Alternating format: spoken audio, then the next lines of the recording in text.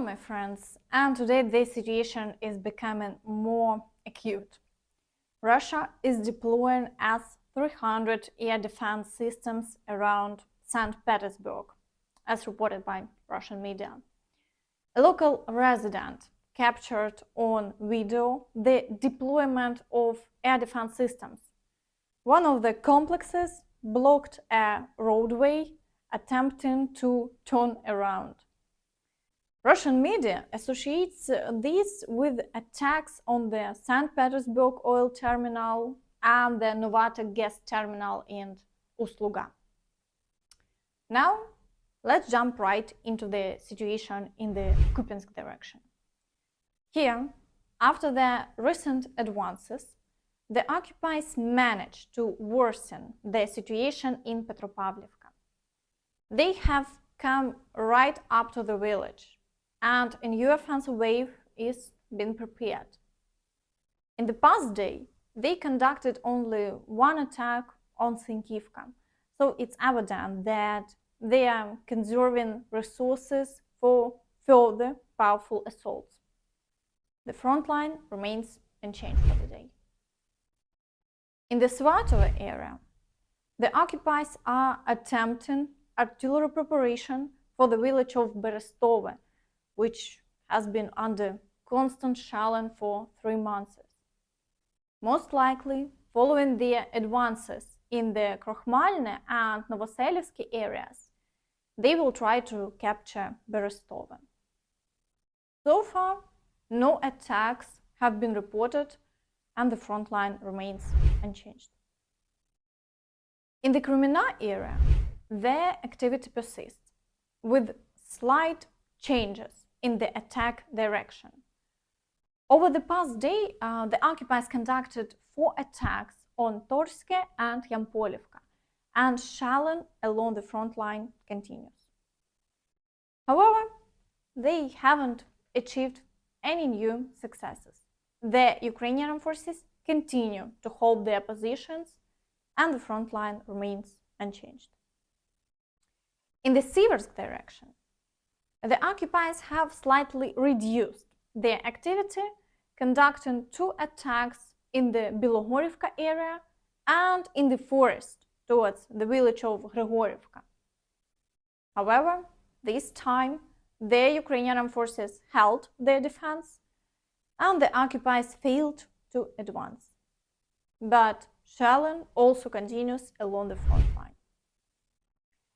In the Bakhmut direction, the occupiers conducted 2 attacks in the areas of Bogdanivka and Klishchiivka.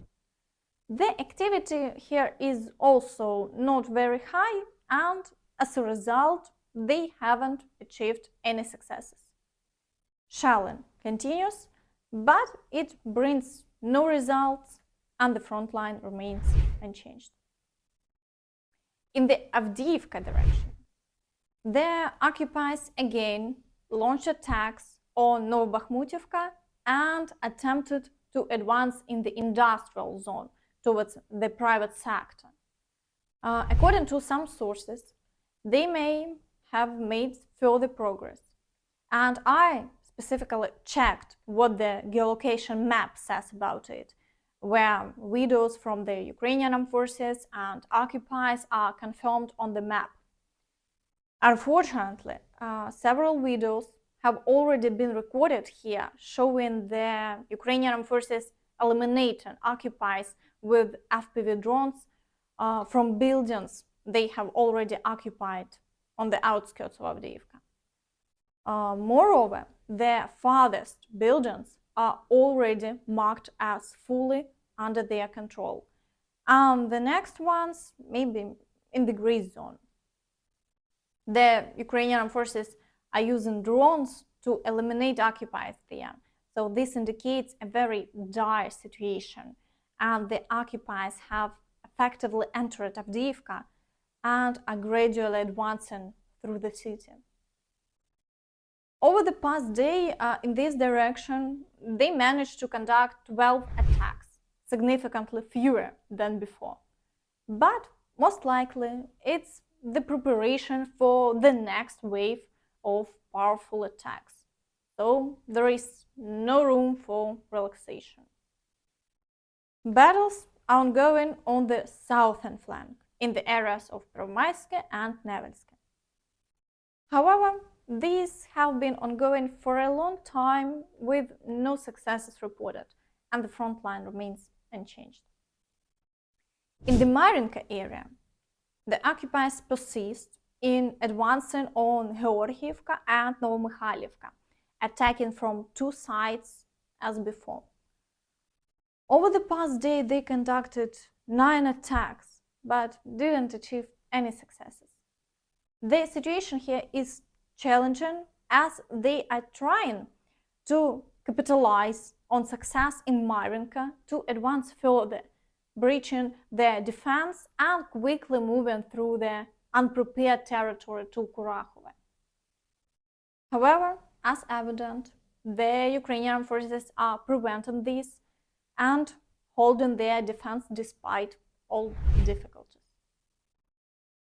In the Vuhledar direction, the occupiers continue shelling, but as of now, no attacks have been launched and the situation can be described as stable. In the Zaporizhzhia direction, battles are ongoing in the areas of Robotyne and Verbove. However, they haven't achieved any successes and the front line remains unchanged. Over the past day, they conducted 4 attacks. But that's not all. Here, the occupiers have resumed offensive actions towards the village of Chervone. They are attempting to advance through the fields, but the Ukrainian Armed Forces are breaking the advancing groups and they have no successes here either. Additionally, the occupiers have increased the number of shelling incidents in the area of the village of Kharkiv.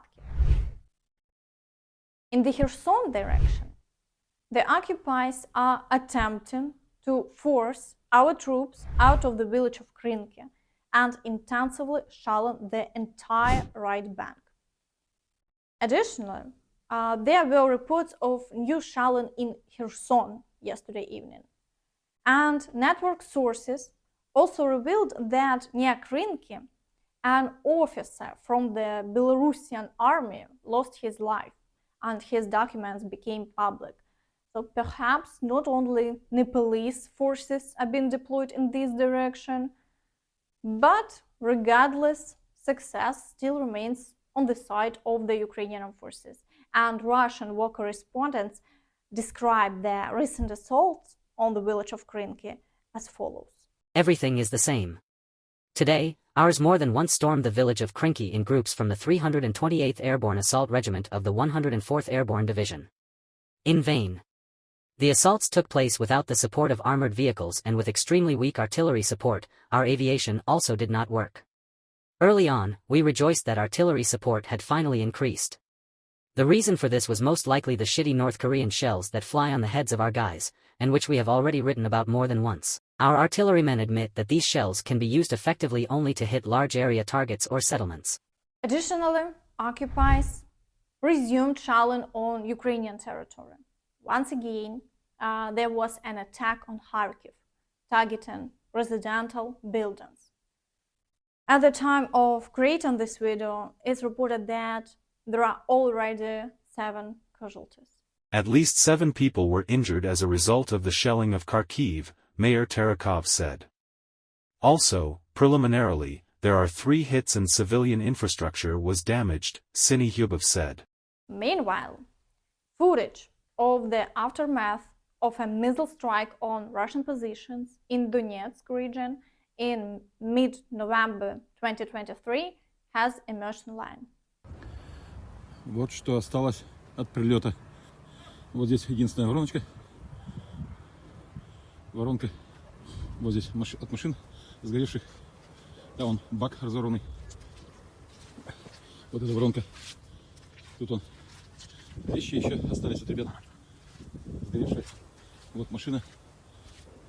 Подкрылки от фар. Вон разлетелась. Фильтра. Вот был прилет вначале сюда. Потом в лесопосадку, говорит, где парни находились. И там вон парни у блиндажа. Сюда было 3 прилета было. Вот те машины оттащили потом подальше. Вон здесь. УАЗик здесь, говорит, был. Тоже только недавно, говорит, приехал. Тут он все осколки. От него сгоревшие стекла повылетали. Вот здесь на поле.